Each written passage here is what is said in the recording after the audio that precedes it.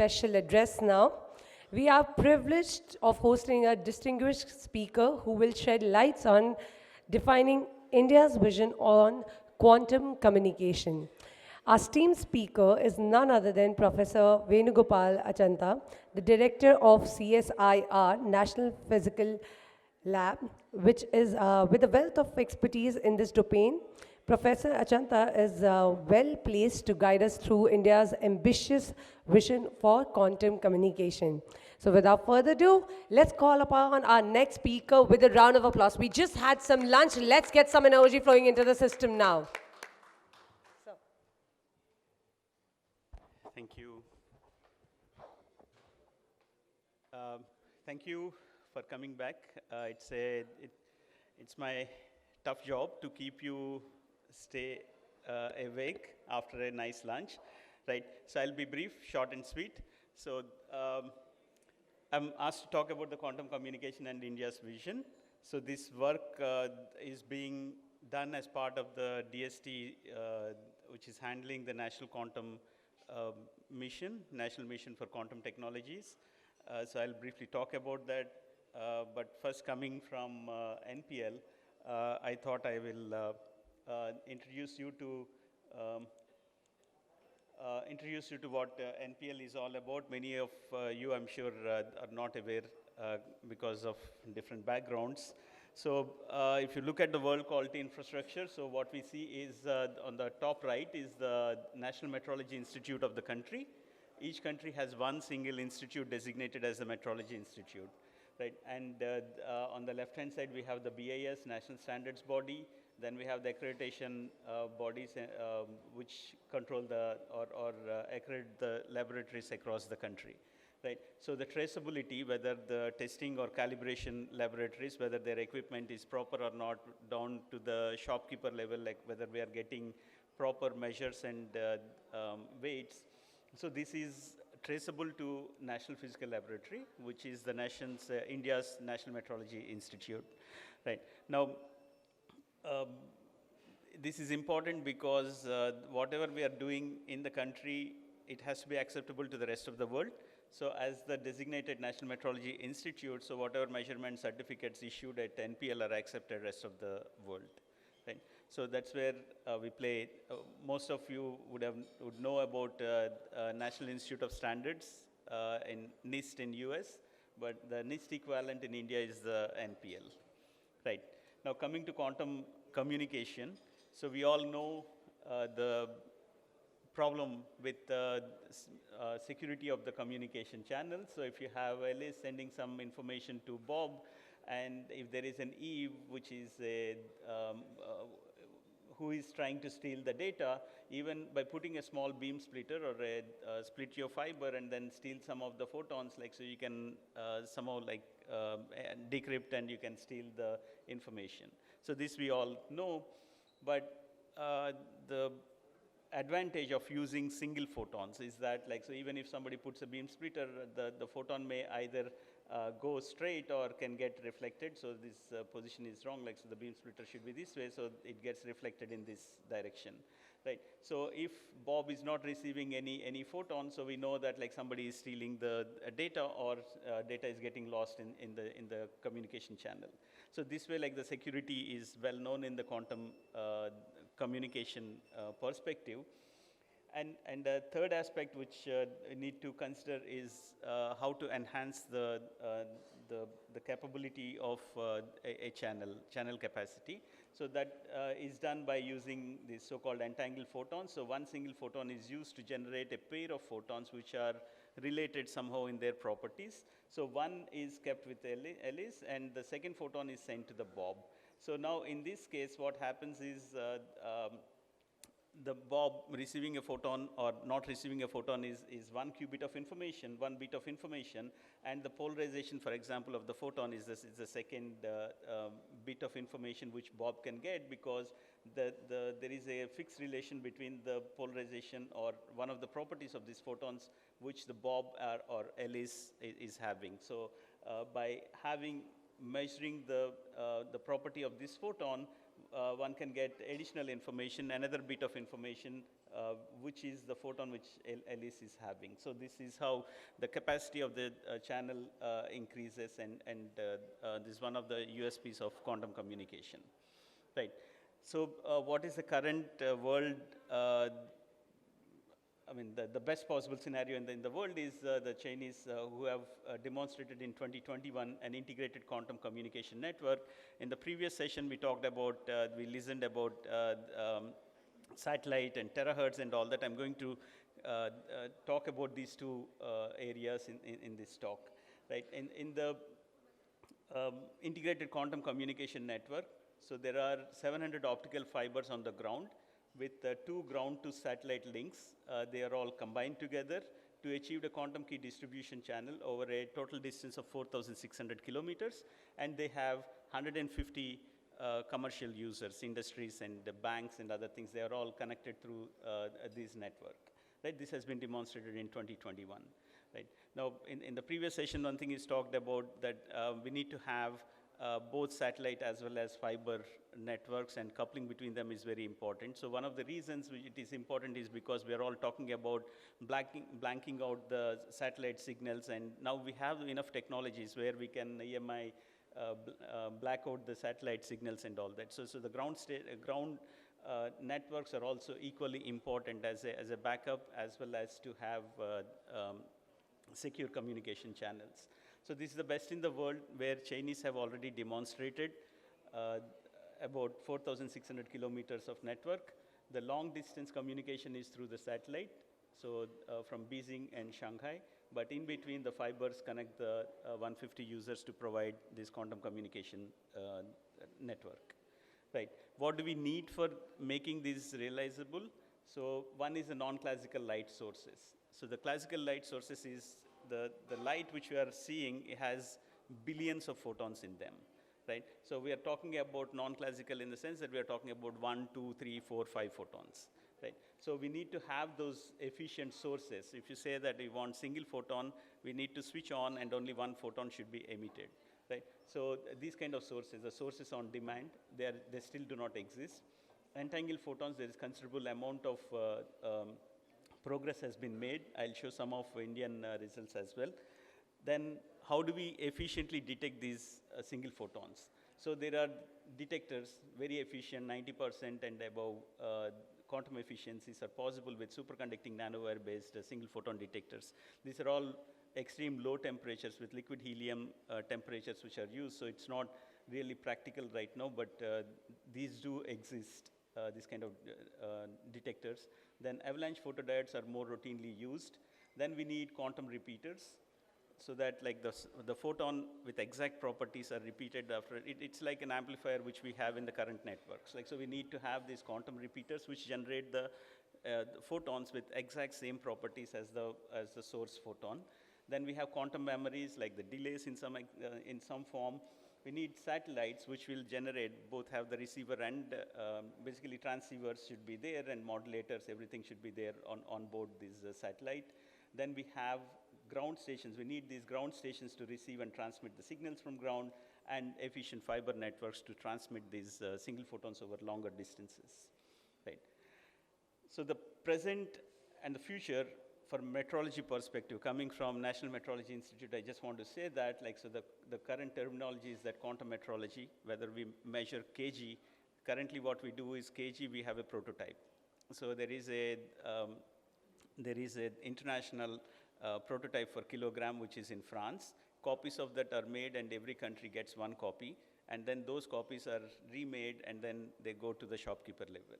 Right? So, but there is a fluctuation, there is a variation in the mass which we get. In 1 kg, it's about 20 to 50 micrograms of variation is there over time, year to year. Nobody knows why, right? So to avoid these kind of uncertainties, now each of these SI units, the kilogram, the time, all these things, each of these is now defined in terms of universal constant. Now we will be measuring these things, and then from that we deduce mass or voltage or time in that fashion, right? So, but going forward, what we need is metrology. Metrology is the art and science of high precision measurements. So we need to have technologies or high precision measurement techniques to cater to each of these quantum technologies. For example, for quantum communication, do we have a single photon source? How good is your entangled photon source? So we need to certify, we need to test these and certify these kind of sources. Random number generators are important, like single photon detectors, what is their efficiency, right? And the transmission systems and components, time dissemination and precision positioning. So these are all required for quantum communication. For these, some kind of sensors are needed. These are novel sensors which are again depending on they're dependent on the quantum nature of matter. So you have quantum materials which are used to define these things. So these are all in some sense related eventually to metrology or high precision measurement. So we are in the country, we are working on each of these areas. And just to show that, for example, this is one slide from physical research laboratories in Ahmedabad. So this is Professor Gautam Samanta's slide. This is entangled photon source. So where we have a box which is ready to go on a satellite. So this is a prototype which is available at TRL-8. So this has been also used for different sensing applications. There are various groups within the country who are working on advanced entangled photon source devices. So we demonstrated the single photon, directional single photon emitters. So these are the so-called metamaterials with single nano diamond inside it. So in the center of it, which emits a single photon and in the direction which we can design. Right? So then single photon detectors, there's considerable amount of work in the country. These are silicon photomultipliers. These are like an array of avalanche photodiodes where you have a CCD kind of thing which will work at single photon level light levels. So these are designs and prototypes were made at Bell in Bengaluru. These are tested. So you can not just measure single photon, but if there is more than one photon in a single pulse or the incident light beam, we can count those number of photons which are coming out by looking at the number of peaks in the detected signal. So this is a work which is going on at NPL. So we are developing these superconducting nanowire-based single photon detectors. So this is, we have made the first devices and tested them. And there is another detector type which was demonstrated at Indian Institute of Science. This is based on two-dimensional materials, graphene, MOS2, and all that. Like so, they have also showed this photon number resolved measurement using this. So their quantum efficiencies are low right now, but it's possible to have a single photon detector or a few photon level detection possible in this. Right? So as I mentioned, nano diamonds, diamonds are forever. We know that. Like so, the nano diamonds, Government of India has new national project on lab-grown diamonds. These are very essential for single photon sources. So one of the, in addition to nanoparticles, nano diamonds are one of the very promising candidates which are used for single photon emission applications. So these are being developed at Center for Excellence in Basic Sciences in Mumbai, IIT Madras. They use this chemical vapor deposition. These have been shown to have single photon emitters, as well as different sensing applications have been demonstrated from these. Right. So this view graph is from DST's Department of Science and Technology's National Mission on Quantum Technologies, the DPR. So where the roadmap for the quantum cryptography or quantum key distribution or quantum communication, whichever name is given.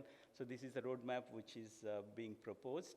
So the first and foremost is to look at the basics. So look at quantum optics and quantum photonics, develop the basic science expertise, then go to work on these quantum networks and enabling technologies, then build the actual systems for this. So the timelines are that, like, so the preliminary work is to be done in the first 3 years, 3 to 5 years you make the prototypes, and 5 to 8 years is to have the actual systems in place or development.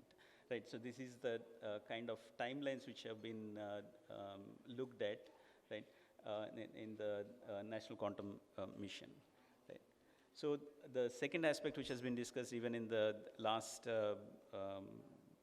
session is the role of terahertz, right? So terahertz, we're talking about 6G.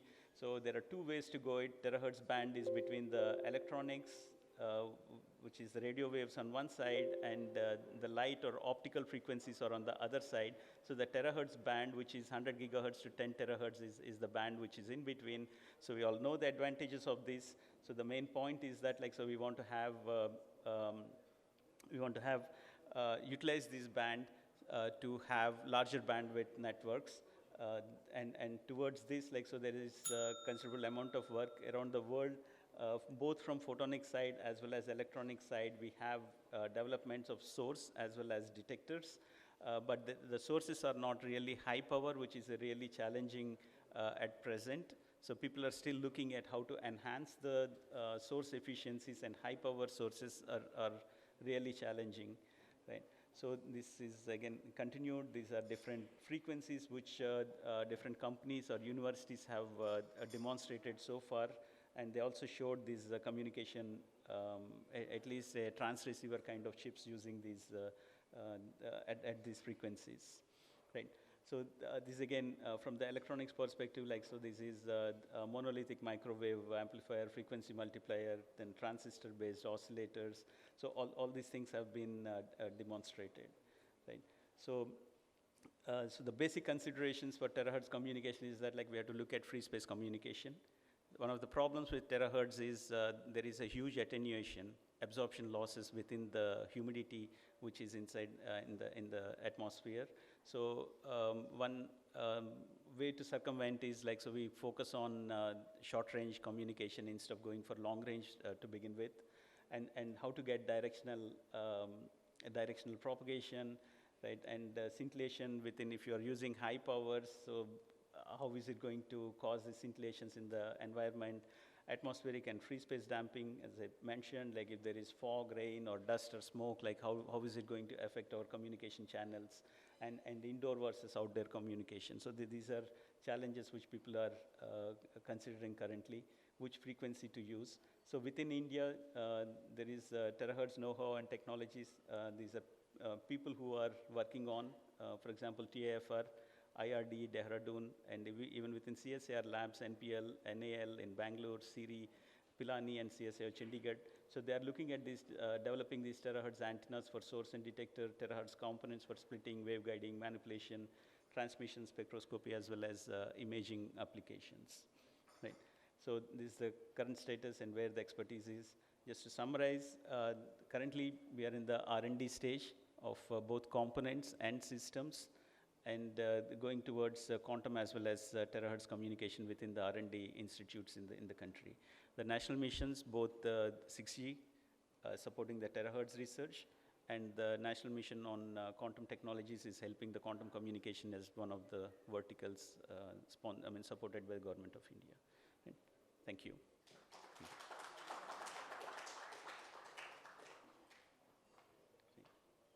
If you have any questions, suggestions, I'd be happy to take. So we don't have the bandwidth, but you'll be here around? No, I mean, I have to run because I have another meeting with somebody, right? Okay, so, but this is my, okay. It's removed, like, so, director at NPL India, right? This is my email ID. I'd be very happy to, yes, please. Yes, please. What is the application of this excellent research to the data communications, particularly 5G and 6G? Right. So far, we are working in silos. I'm happy publishing my papers and happy with it. But the new initiatives of the Government of India are that every single national mission, every single project has to have an industry partner, right? So technical application of this in the right. 5G or 6G So the application comes, like, so for the quantum communication, that's the future, right? So as I said, like, so China has already applied this. So way back in 2003 or 4, they had this first 10-kilometer quantum communication network, which they purchased from a startup in Vienna, right? So this is HSBC and a few other banks, like, so they're coupling their branches. So this is high security channel which they have demonstrated, right? Now they have gone on to having a satellite, quantum satellite, which is sending single photons and then communicating very secure way the data, right? So high secure data is one application. And terahertz, as I mentioned, like it's one of the main or problems with terahertz is that you have huge losses in the atmospheric losses. But people are using it. There are proposals which are being worked out in US and UK and other places is that why don't we use it for security applications like short range communication between, say, soldiers, right, at the border. So there is no way signal can go beyond, say, a few hundred meters. Right? So there is an automatic inbuilt security involved in it if you use the terahertz certain bands. Right? So the applications are safe, secure communication. Right? Sorry, there's one more question, one more hand raised behind. Please. Right. Right. So please do feel free to write, and thank you.